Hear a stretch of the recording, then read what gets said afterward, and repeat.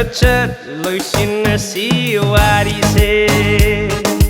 haine ki bangagnasi senagumsi are pawasak tumak saknasi nungsi tunalai rabbi phajabi Sachat loisinasi warise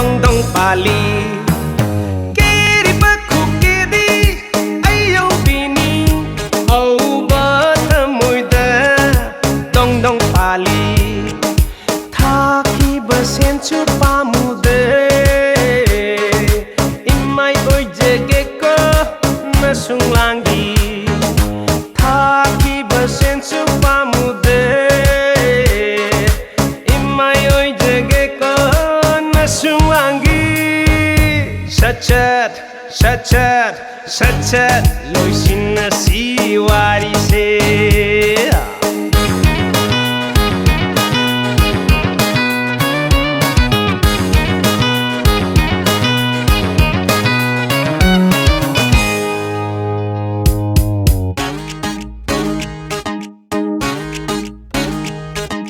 Bantha pam jadre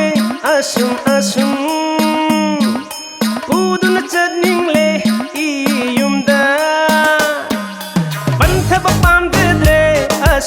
asum buduna chadning le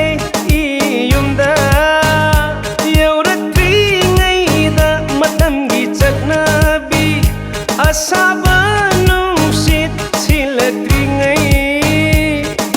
tokting changdri ngai thamoi da machu na churi ngai mitnyambi thamoi ondri ngai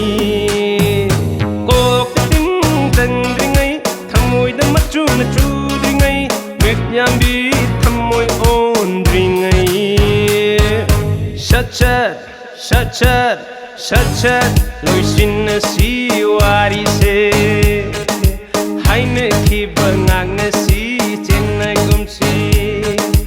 are pawasak tumasaknasi nungsi tunalai rabbi phajabi Sachat loisinasi warise Sachat loisinasi warise